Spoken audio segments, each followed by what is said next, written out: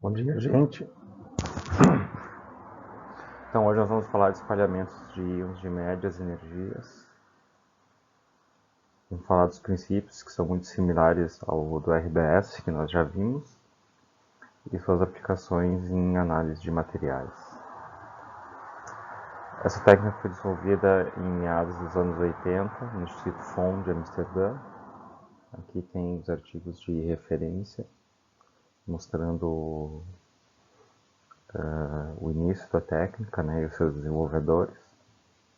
Quem tiver mais interesse em buscar mais informações sobre ela, esses são os artigos primários, vamos dizer assim, sobre a técnica.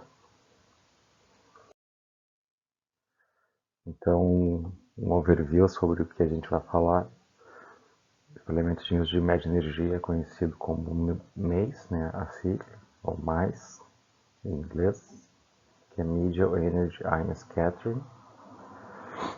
Então a gente tem espalhamentos de baixa energia, que é a próxima aula, tem o de média energia, que a gente está vendo hoje, e o RBS, que seria o de alta energia. Né? Então a gente vai ver essas faixas de energia e ver o que diferencia cada técnica,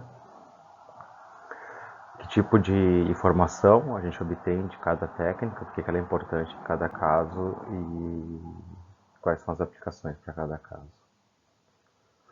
Então, uma informação muito interessante que se obtém utilizando mês resolvido em ângulo ou em canalização é a estrutura da superfície. Então, acho que é a única técnica que se consegue determinar a estrutura cristalina de uma superfície utilizando feixe de íons. Então, ela é realmente poderosa nesse tipo de análise. Ela pode fazer também perfis de concentração, similar ao que a gente já viu para o NRP. Ela é muito importante para a catalisação de filmes finos, e quando a gente fala filmes finos, são finos mesmo, eles não podem ter nada mais do que 10 nanômetros, que a gente já tem que partir para RBS e outras técnicas, a gente já vê o porquê. E caracterização de nanoestruturas como nanopartículas, nanofitas e etc. Vamos falar um pouco do futuro de aplicação dela em outras áreas.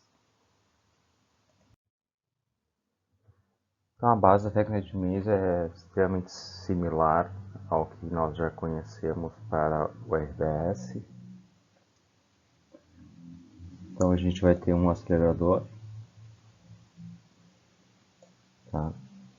A energia típica de análise ou de incidência vai ser prótons ou hélios entre 50 e 250 keV, que são usados para analisar a superfície em regiões muito próximas ao material, à superfície do material. Então isso vocês conhecem, vai passar por um dipolo magnético que vai selecionar a energia, lentes eletrostáticas, um colimador, e aqui está a câmera de espalhamento. Muitas vezes isso é acoplado a uma câmera de preparação. Durante o espalhamento, a perda de energia pode ter dois processos elásticos e processos inelásticos. Então isso quando a gente quer fazer uma análise composicional ou química elementar, similar ao RBS, mas para filmes que no caso do RBS são muito finos, né? Então a gente tem que utilizar MEIS nesses casos. E fazendo a variação angular da intensidade do ângulo espalhado, a gente pode trabalhar em situações chamadas de shadow e blocking, né? Seria sombra e bloqueamento, onde se determina então a estrutura cristalina da superfície.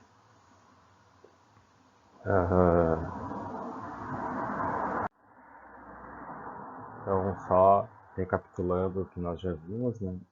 Isso aqui seria espalhamento elástico do RBS, né? Que é o espalhamento de bola de bilhar clássico entre íons. Então vem um íon como ACMI0, incide com um certo ângulo na superfície desse átomo, ele é espalhado ou não, dependendo da massa dele, obviamente, né? E a gente tem o íon primário espalhado, e a energia dele é dada por fator cinemático vezes a energia incidente, onde o fator cinemático é dado pela essa famosa equação, exatamente como no caso do RBS. Então, vocês vejam que para esse caso não muda nada a física de espalhamento elástica, né? A gente tem a parte inelástica também que a gente vai ver no próximo slide, mas a parte elástica é exatamente idêntica ao do RBS, onde a gente tem conservação de energia e momento dos íons da massa e do alvo.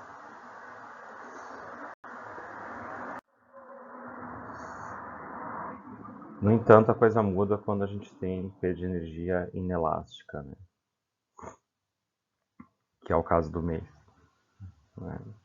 E isso acontece porque, como a gente está lidando com espessuras muito pequenas, se vocês lembrarem lá das aulas de RBS, a gente considera que o DDX de entrada e saída é idêntico, como os fios são muito espessos que eu digo, são espessos o suficiente, a gente tem aquela energia média de superfície que a gente utiliza, e desse modo a gente pode considerar que eles são iguais, mas eles não são, quando se trata de energias muito baixas de incidência. E é isso que está mostrado aqui, né? A gente vai ter um DDX de entrada, esse íon incidente vai ser espalhado por um ângulo θ2, né? O ângulo incidente aqui está θ1. E aí isso leva ele então a um DDX de saída diferente, e isso está mostrado aqui nessa equação. Então esse espalhamento inelástico tem origem na excitação dos íons quando eles passam pela amostra. Então o que acaba acontecendo é que, como eu estou operando em regiões muito próximas da superfície, a diferença de energia de entrada e de saída não só depende do espalhamento do íon, como depende do DDX de entrada e de saída. No RBS a gente considera isso igual, porque a energia é muito alta, então não faz praticamente diferença, a única diferença que faz é o espalhamento do íon per se. Então, no mês tem esse complicador adicional que é isso. Felizmente, os valores de stockpile são bem conhecidos pelo programa STRING. Aqui está o de 2013, mas a versão que eu mostrei para vocês, 2011, perdão. A versão que eu mostrei para vocês é de 2013. E, como vocês devem imaginar, né, a resolução tem uma degradação com a profundidade devido ao straggling, né? Então, conforme o feixe vai se alargando, a gente vai perdendo resolução e profundidade, por isso que os filmes, se a gente fala em filmes finos ou em amostras muito finas, a gente tem que levar isso em conta.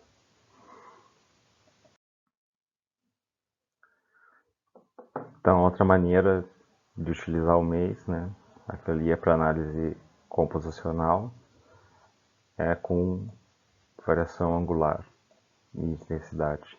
E isso cria os efeitos de shadow e blocking que eu já comentei. Então, variando, assim como na canalização que nós já vimos, né, tem um goniômetro que pode variar a direção com que o feixe está incidindo na amostra nos eixos x, y, z. E isso faz com que eu possa selecionar os planos que eu estou observando. Então, tem um efeito de sombra, que é usado para selecionar o número de camadas que estão sendo sondadas ou iluminadas. Então, por exemplo, né? Um átomo, um íon vai chegar aqui, ele pode ou não ser espalhado por esse cone de sombra, ou ele pode passar entre os planos, ou não. Deixa eu apagar isso aqui que eu vou precisar depois. Mas, de forma geral, ele vai chegar aqui. Então, isso é uma superfície de cobre 110.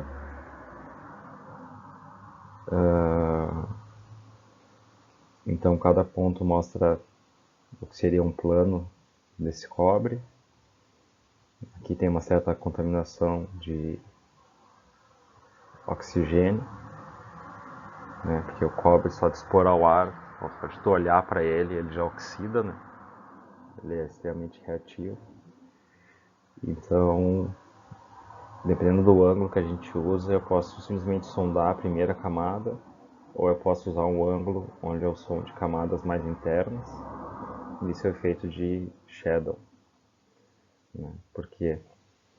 Porque o íon de saída, se eu utilizar um ângulo correto, ele não vai conseguir sair porque ele vai ser bloqueado por outro íon.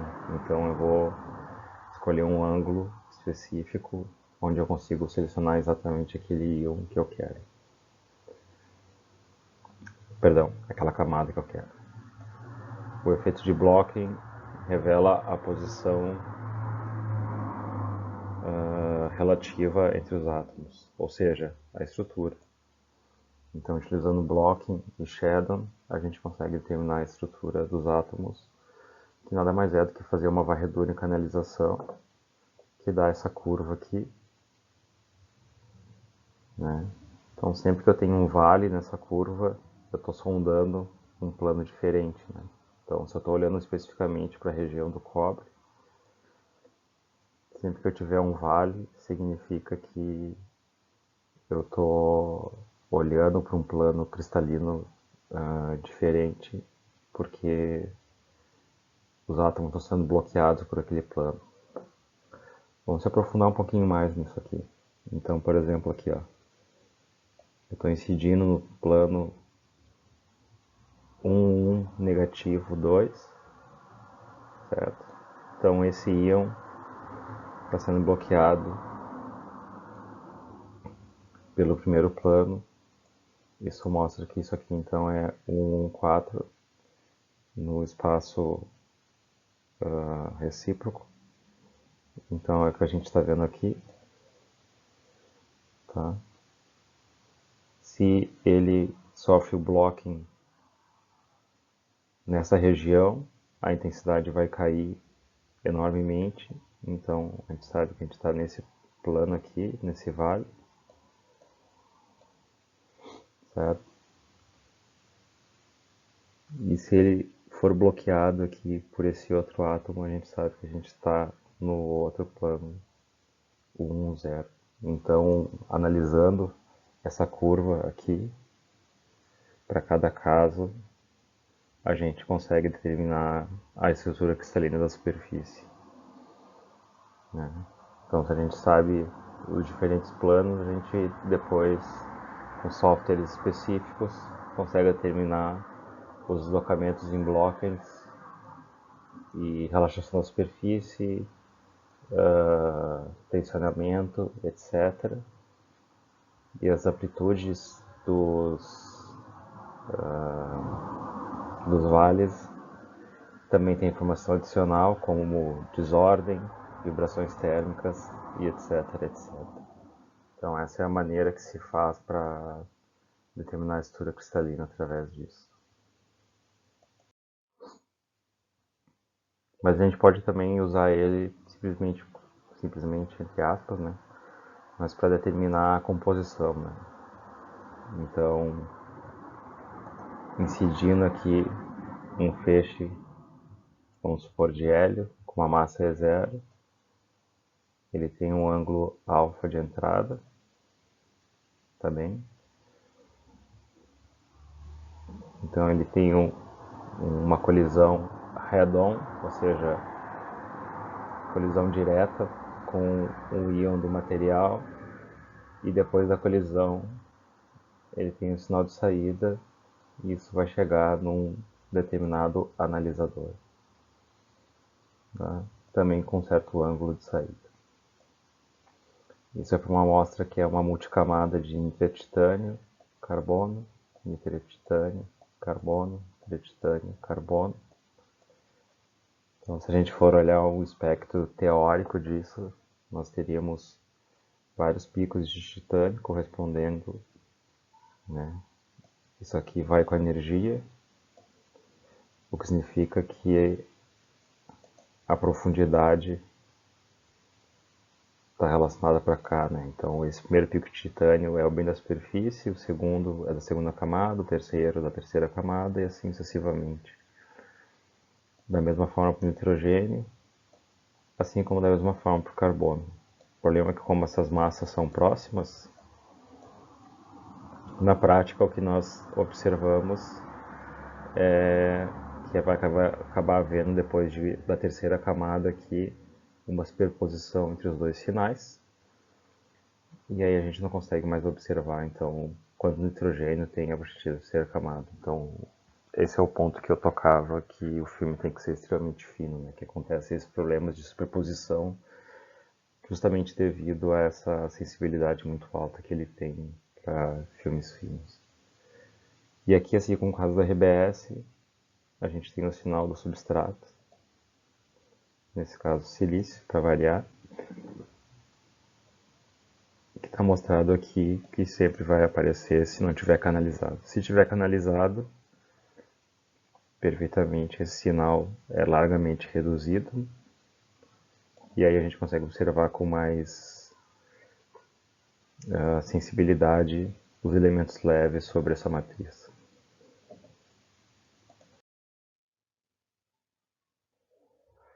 Então, quais são as possibilidades que nós temos com o mês, né? Ou as competências, vamos dizer assim, que o mês tem, né? Sensibilidade e profundidade, sensibilidade estrutural. Então, próxima superfície se fala em 2 partes por milhão, então ele é extremamente sensível.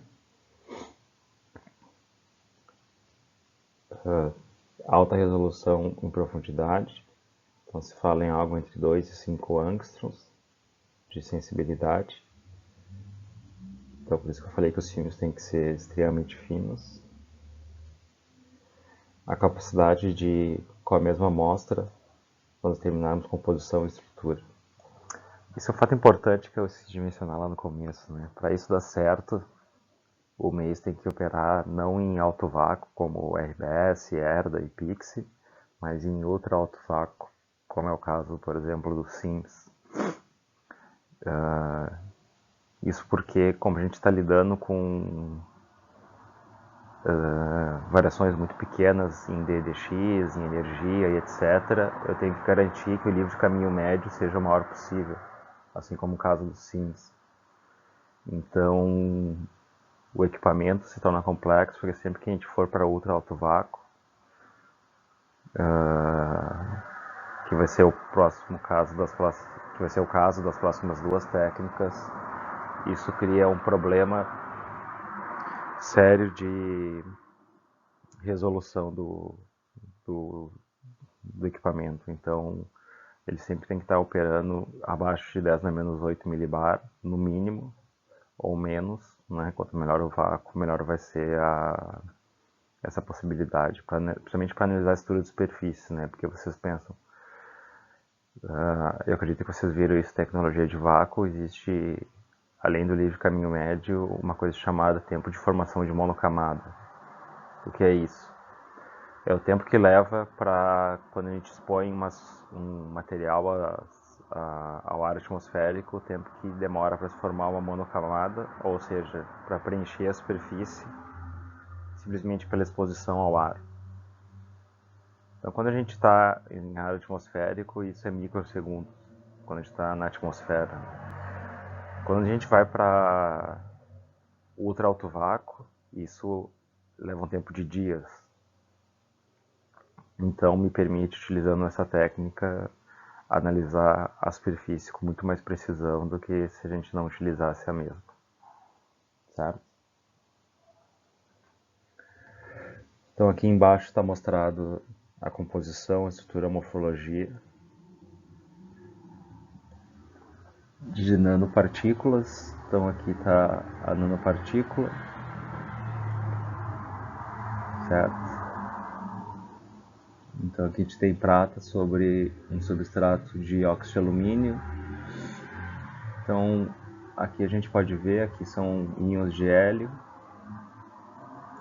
Não tem energia incidente aqui, mas o interessante é ver que, fazendo a simulação adequada, a gente pode ver aqui partindo de 1,5 para 3, para 6, para 15 nanômetros, o pico vai se alargando, e aqui nesse caso ele é extremamente assimétrico. Por que ele é assimétrico? Porque tem essa diferença de ddx de entrada e saída. É simplesmente isso.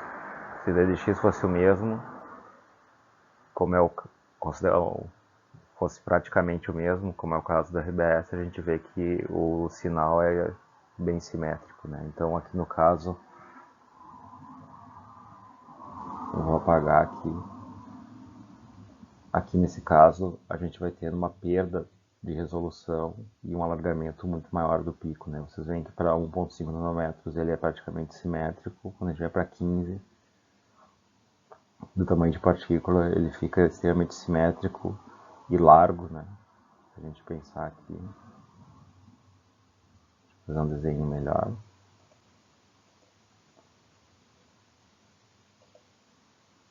Nós pensarmos aqui, né? Então essa diferença aqui entre o pico e a parte, ou esse rabo aqui que é o nome que se dá, né? Tail do pico, fica extremamente alargado, que compromete muita resolução para essa faixa de energia. Então, para determinar a estrutura de superfície, isso pode ser feito para inúmeros tipos de materiais. Então, no caso de metais ou ligas metálicas, a gente pode determinar materiais absorvidos que podem induzir reconstrução do material, modelos de catálise, já que metais são muito utilizados para fazer catálise heterogênea, por exemplo, ou ligas metálicas complexas, que existem uma série de materiais que também podem ser utilizados para isso. Semicondutores, aqui está listado barreira Schottky ou 3,5, crescimento de materiais 3,5, mas pode ser utilizado para outros tipos de semicondutores também, da mesma forma. E óxidos como suporte para catálise, como por exemplo o caso do óxido de titânio, que é um óxido muito utilizado para catálise, para suporte para outros catalisadores. Então é interessante que é muito difícil de analisar o óxido de titânio, porque ele tem uma estrutura extremamente complexa. Está mostrando que tem pelo menos 12 parâmetros para serem otimizados, né? Aqui está mostrando a estrutura dele. Então, aqui tem os planos, mostrando as direções dos planos, né, como um material importante para catálise, e que não existe uma concordância quando se usa outras técnicas para determinação de estrutura, como o LEED, que é Low Energy Electron Diffraction, ou seja, espalhamento de íons de baixa energia.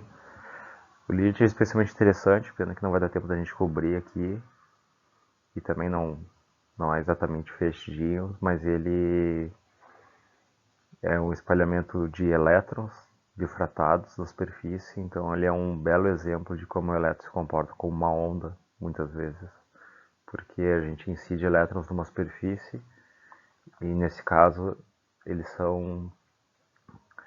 sofrem difração, né? E quem sofre difração são ondas, não são partículas. Então ele sofre difração e com isso é possível determinar a estrutura cristalina da superfície. Ou SXRD, que é Small Angle X-Ray Diffraction, ou seja, espalhamento de íons abaixo dos ângulos. Então é muito similar à difração de raio-x, que vocês já devem conhecer, mas feita em ângulos extremamente rasantes. E quando eu falo extremamente rasantes, eu estou falando de meio grau, 0,2 graus, né? E com isso se consegue determinar a estrutura muito próxima da superfície. Então, uma técnica que conseguiu desvendar de forma mais completa a estrutura, já que não havia concordância entre essas duas, foi o MEIS.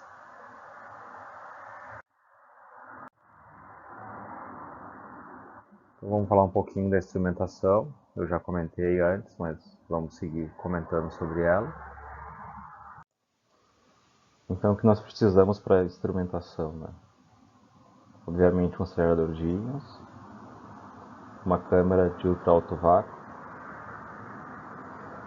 um goniômetro, né, onde a gente pode rotacionar a amostra nos 3 eixos, e um sistema de análise da energia dos íons, né?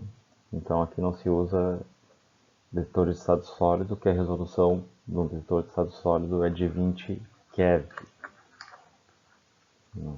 Então qualquer coisa que a gente quiser observar que a gente precisa de uma resolução menor que isso, a gente tem que utilizar MEIS ao invés de RBS. O mais interessante desse detetor é que ele é um detetor bidimensional sensível à posição. Então ele detecta vários ângulos simultaneamente de saída e além da intensidade do sinal, né? Se a gente pegar o fator de eficiência dele, que é a variação de energia pela energia dada, vai ser da ordem de 10 na menos 3, aproximadamente. Isso não tem dimensão porque é energia por energia. Então está aqui um esquema de um detetor desse tipo, ele tem essa cara mais ou menos assim. Ele tem 4 contatos aqui, que são para medir as intensidades. Isso aqui que vocês veem em marrom, na verdade é um filme de ouro, tá? E dentro disso vai o que a gente chama de analisador toroidal, ele vai dentro desse analisador toroidal de energia. Aqui vem o feixe, aqui está a amostra, e esse analisador toroidal, os íons vão entrar aqui e vão chegar até esse analisador.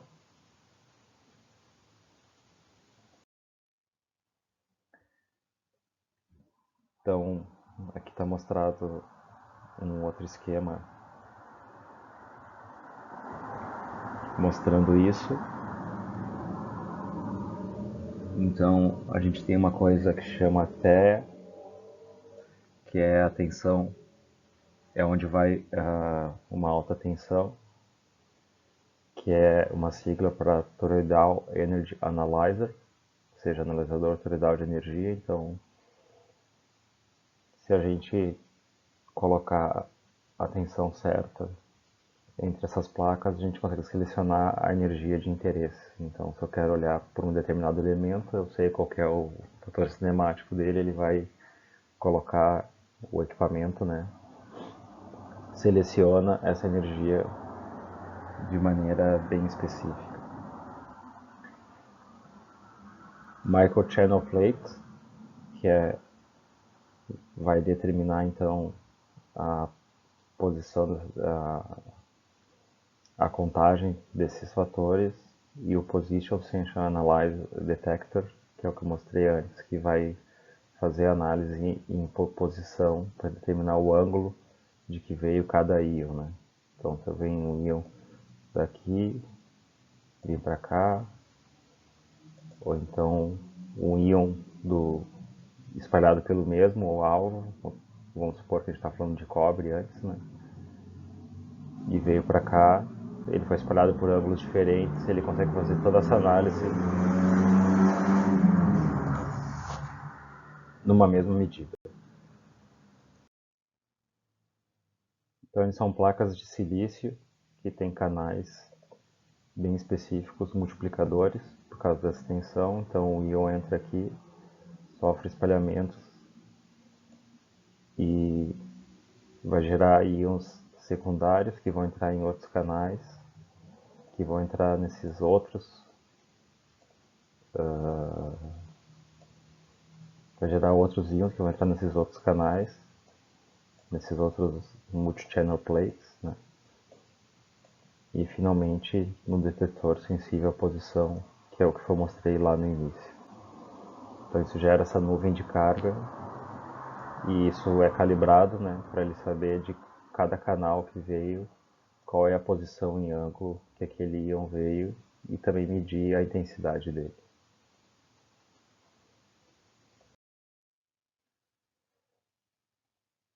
Então, talvez fique um pouco difícil de ver aqui, mas ele tem uma ligação,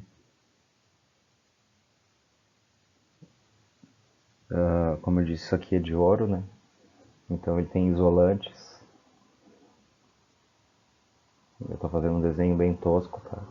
Mas são isolantes bem específicos colocados aqui para que a gente possa medir especificamente o sinal que está ligado de ouro acima e abaixo, para que haja coincidência do sinal. Cada um desses elementos aqui é um circuito RC que tem aproximadamente 200K de resistência e uma capacitância de 10 nanofarad. Então isso dá um tempo de carga e descarga, né, o tal, da ordem de microsegundos. Então é o tempo que leva para ele carregar, receber esse sinal e descarregar. Não, na verdade o tal não é isso, né? É quando é 66% da carga, 33% da descarga. Mas enfim, vai ser da ordem disso, desses de microsegundos que ele leva para fazer essa análise e essa medida, né? E como foi mostrado antes, né, isso aqui tem aproximadamente 5 centímetros, depende do dosador, pode ser um pouco maior, um pouco menor.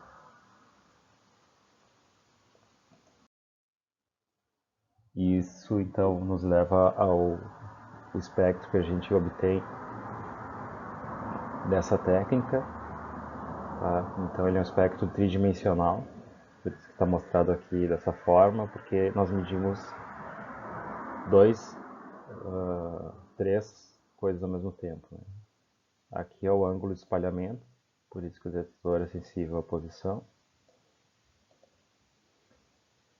Aqui é a energia dos íons, então a gente analisa diferentes elementos simultaneamente. E no eixo Z, né, saindo do plano, a gente tem o número de contagens. Né? Então aqui é feito em escala de cores, que está mostrado aqui. Isso então para uma amostra de cobre 100 cúbica sobre ouro. Então, se a gente pega um ângulo específico aqui, a gente vê uma intensidade maior do sinal, o que nos permite determinar então os planos do cobre sobre esse material. Aqui em amarelo, então, que é uma intensidade menor devido ao fator cinemático, é o sinal do cobre. E em vermelho, como tem um fator cinemático maior, vai aparecendo uma energia maior, a gente tem o sinal do ouro. Então, o que está dizendo aqui, né? Determinação da estrutura de cobre 1,0 cúbico 2x2, feito por análise por íons intermediários. Né? Então, quem quer mais informações, foi publicado nesse artigo aqui, Journal of Physics of Condensate Matter. E basicamente eu queria mostrar esse espectro aqui para vocês, que eu acho interessante, que ele vem nesse espectro 3D. Qual que é o problema que aparece para fazer a análise mais específica do material, diferente do RBS? O problema está aqui, ó. Eu tenho vários ângulos de espalhamento. E se vocês lembrarem da equação do fluxo cinemático, ela depende do ângulo. Então, se eu quero somar,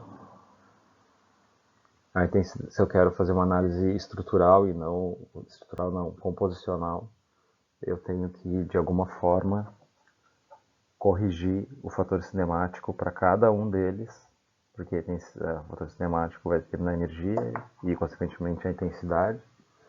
Então, eu tenho que fazer uma correção de fator cinemático para cada ângulo que está mostrado aqui e depois poder somar todos os espectros para gerar um espectro bidimensional, que eu mostrei lá no começo para aquela multicamada de nitrotitânio por cobre.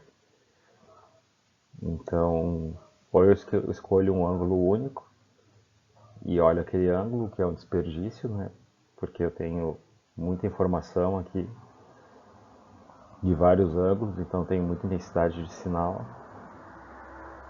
Depois da medida, né? Essa medida é uma medida extremamente longa, né? Leva horas para fazer, porque a intensidade do sinal espalhado é muito fraca, porque a gente tem que usar um feixe, como em ultra alto vácuo, tem que usar um feixe que está na ordem de picoamperes a nanoamperes. Então a intensidade do sinal de saída é muito baixa, então eu tenho que deixar isso contando, né? Ou seja, a carga, a famosa carga, tem que ser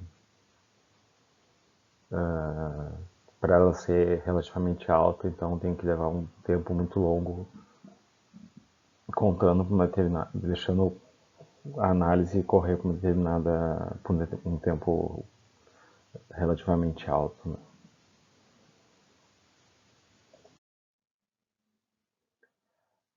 Aqui tem um outro exemplo bem interessante no espectro 3D no filme de óxido de silício sobre silício cúbico, irradiado com feixe, nesse caso utilizando prótons, né?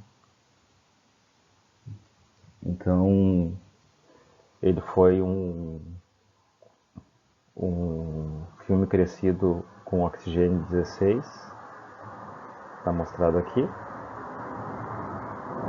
e depois foi submetido, né? Sofreu é um pouco forte, mas foi submetido a um tratamento em oxigênio 18.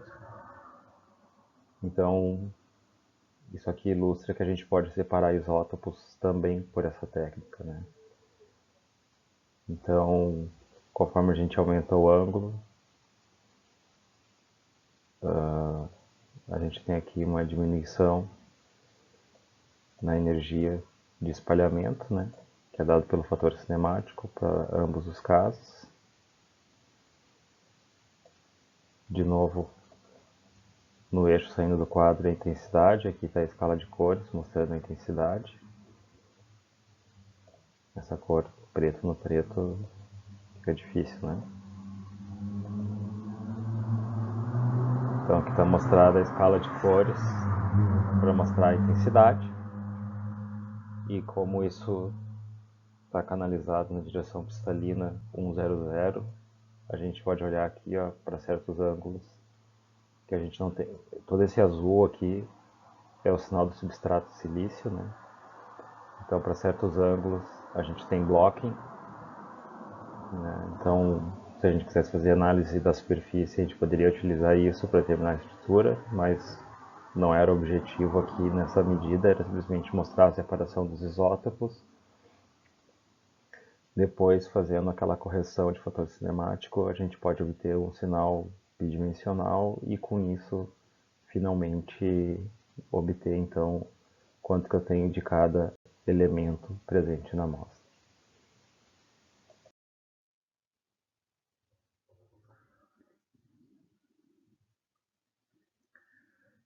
Então aqui é uma outra forma de mostrar o esquema de shadow e blocking, né? Então se eu incidir um feixe aqui diretamente na superfície, ele vai aparecer com um pico aqui mais próximo. Se ele for pegar o plano mais de baixo, ele vai sofrer um sombreamento ou shadow daquela superfície vai aparecer uma energia menor. E esse é o efeito, então, de shadow. Se eu mexer a amostra por um ângulo certo, a gente vai ter o efeito de blocking, que aí, então, esse íon aqui, que antes pode passar para o outro lado, vai ser bloqueado aqui, vai sofrer múltiplos espalhamentos. E o que a gente vai observar então na prática é esse vale aqui. Ó. E com esse vale eu consigo saber então, de acordo com o ângulo com que ele foi espalhado, a gente consegue saber com precisão qual que é o plano cristalino que a gente está sondando. Se a gente fizer isso para vários ângulos, vão aparecer vários desses vales e com isso a gente consegue fazer a estrutura de shadow e blocker.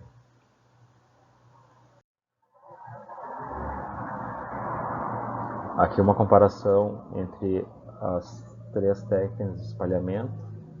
Então, a RBS nós já vimos, Maze nós estamos vendo agora,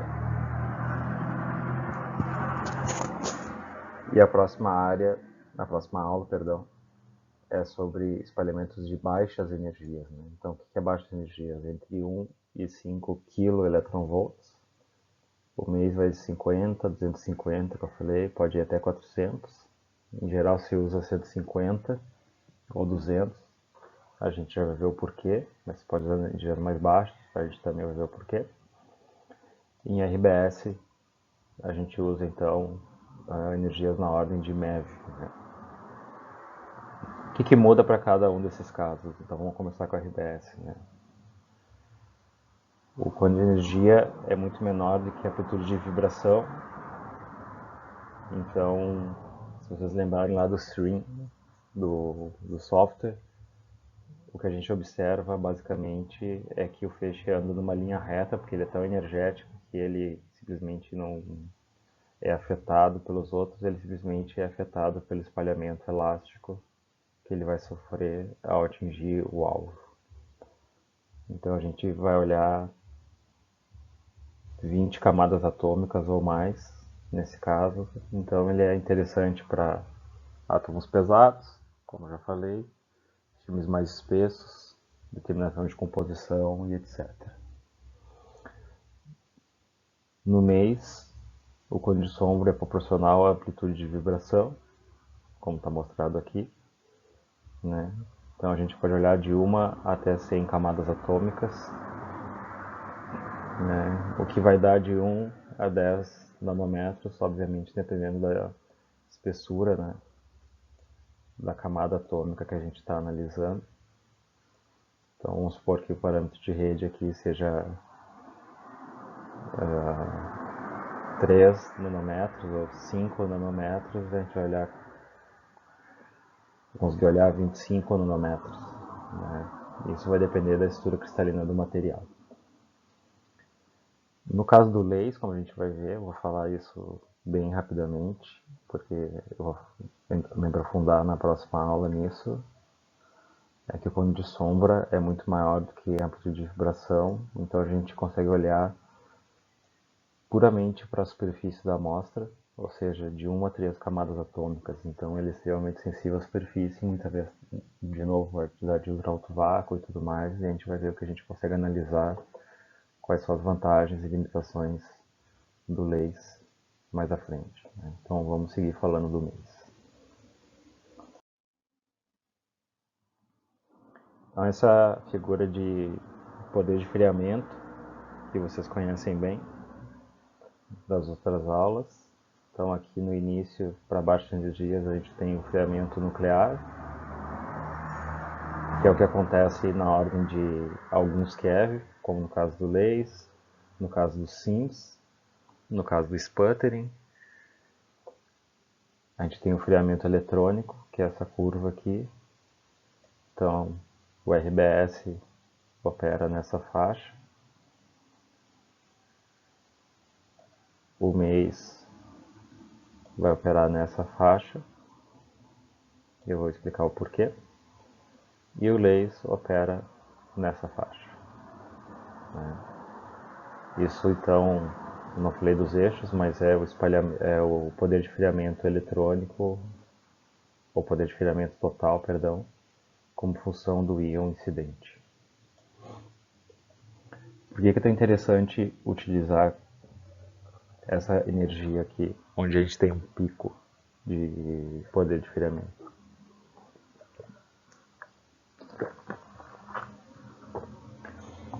O fato é que quanto maior o poder de esfriamento, mais sensível eu vou ser aos elementos presentes na superfície, porque esse íon vai sendo freado, certo? Com muita intensidade e vai colidindo com os átomos da superfície até perder completamente a energia. Então por isso que a gente consegue analisar camadas muito finas. Se o poder de esfriamento é baixo, aquele íon passa reto por toda a amostra e vai ser espalhado pela superfície também, mas eu vou estar analisando várias camadas.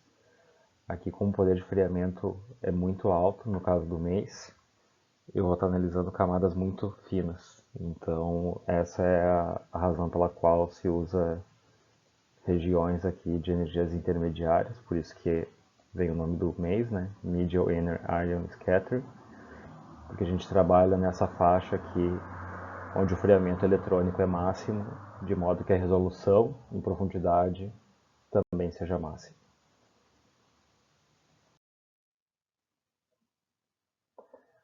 Então, aqui está mostrando o que acontece com a energia do feixe conforme ele penetra na amostra. Então, no caso da RBS, a gente tem perda de energia, né, nesse sentido, e o alargamento do pico, que é dado pelo straggling que ele sofre ao penetrar na amostra. No caso do mês, acontece algo similar, mas agora o alargamento do pico não se dá somente pelo straggling do feixe, mas se dá também pela perda de entrada e saída que a gente tem, e isso causa essa assimetria que vocês estão vendo aqui na energia do pico. Então, no caso da RBS, a gente pode utilizar isso como puramente um alargamento do tipo gaussiano, já que o feixe tem um caráter gaussiano de energia, né? Ele não tem uma energia única, né? Não é uma delta de Dirac, que é a energia dele, tem um alargamento que é da ordem de 100 a 200 electronvolts. Conforme ele penetra na amostra, esse alargamento aumenta. No caso do mês, isso vai se tornando assimétrico, porque a perda de energia na saída acaba sendo menor do que na entrada. Então tem que se fazer modelos específicos para a simulação que levem isso em conta. Então isso é um trabalho de um professor da URGS, do professor Pese, que fez no doutorado vários cálculos mostrando como que se poderia fazer essa análise analiticamente, que está mostrado aqui. Não vou entrar em detalhes desses cálculos, é só para vocês saberem que tem esse alargamento assimétrico do pico.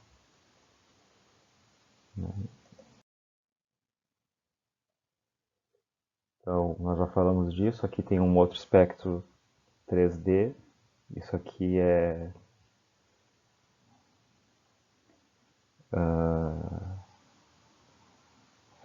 ferro, arsênio sobre ferro, certo?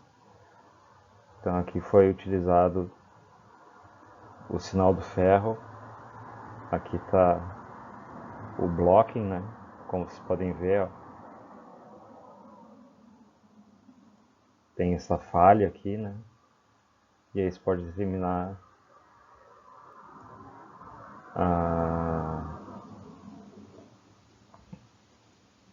esse vale aqui, e aí você pode dizer então qual é o plano específico para ele devido ao ângulo de espalhamento. Daí tem toda uma série de cálculos para se fazer, mas o ponto que eu quero que vocês peguem é que seja que o arsênio praticamente não tem diferença, enquanto que o resto a gente nota essa variação.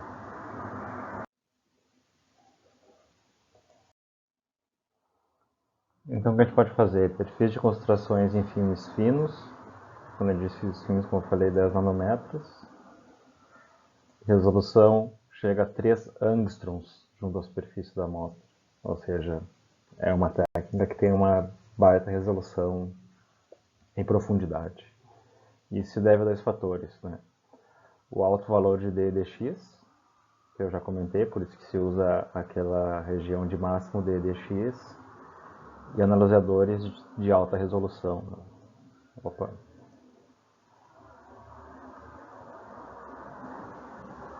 E os analisadores de alta resolução. Então, da RBS é da ordem de keV, né? Então, 10.000 EV dá 10 keV, são os melhores analisadores de RBS, de estado sólido. E o do mês é de 100 eletronvolts, né? Então, vocês vejam a diferença que tem entre um e outro, e são os dois fatores que permitem essa alta resolução. Aqui está mostrado o crescimento de um filme de óxido nitreto de silício, SiNO. Quando a gente pega silício e expõe a NO, uma mistura de NO com N2, em diferentes temperaturas, e isso analisado por mês, né? Então aqui o que nós estamos vendo? O pico do oxigênio, e aqui seria o pico do nitrogênio, certo? Aqui obviamente feito um zoom, aqui está devido à diferença de seção de choque, né? Ele tem uma quantidade, não uma quantidade necessariamente, mas uma intensidade menor do que no caso do oxigênio. Então a gente pode notar duas coisas, né? Que conforme a temperatura aumenta aqui de 700 até 1000, esse pico vai ficando mais largo, o que significa que nós temos um filme mais espesso, e o mesmo ocorre por nitrogênio, certo? Então a gente pode fazer, nesse caso, não seria a cinética de crescimento, porque isso envolve tempo, né? Mas dá para se determinar a temperatura de crescimento em função a temperatura de crescimento do óxido nitreto em função da temperatura, né? Então aqui está uma simulação do perfil de concentração de nitrogênio. Então esse 1, 2, 3, 4, 5, 6 correspondem a 6 temperaturas que a gente vê aqui. E vocês vejam que a gente vai chegando aqui até uma espessura de aproximadamente 2,5 nanômetros. Então vocês notem como é sensível a técnica, como é sensível à profundidade.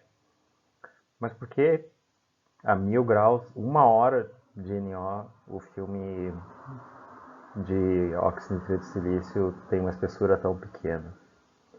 A explicação para isso é que nitreto de silício, ou óxido nitreto de silício, é uma barreira de fusão. E o crescimento desses filmes envolve a difusão do elemento oxidante, ou nitretante, no caso o NO, através do filme, chegando no substrato de silício e lá reagindo com ele. Conforme esse filme vai crescendo,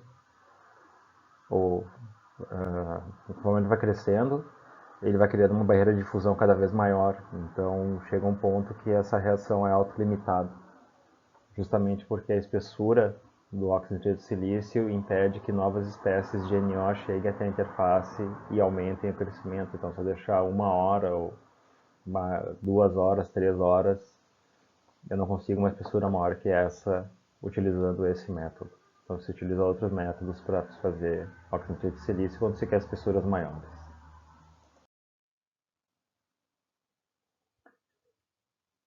Então, a gente falou da análise estrutural, relaxação e construção de superfície de amostra, se usa um programa chamado Vegas, que utiliza o método Monte Carlo. A gente pode estudar a estrutura do cristal, a vibração dos átomos no cristal e a dependência angular dos íons espalhados, que é aquela questão do shadowing blocking que eu já comentei. Aqui uma comparação do ISS com o MEIS, que eu vou falar na próxima aula. Então, perfil em resolução de perfil em profundidade de alta resolução é muito usado em semicondutores para perfil de implantação ou em dielétricos de alta constante dielétrica como material de porta para transistores tipo MOSFET.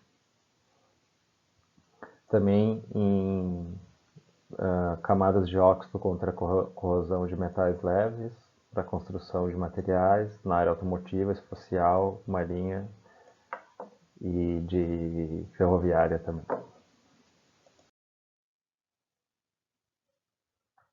Então aqui está mostrando uma barreira de proteção para ligas leves, né? Então no caso aqui são diferentes ligas, são ligas com diferentes concentrações de peso de alumínio. E a pergunta é como é que se comporta durante a oxidação desses materiais.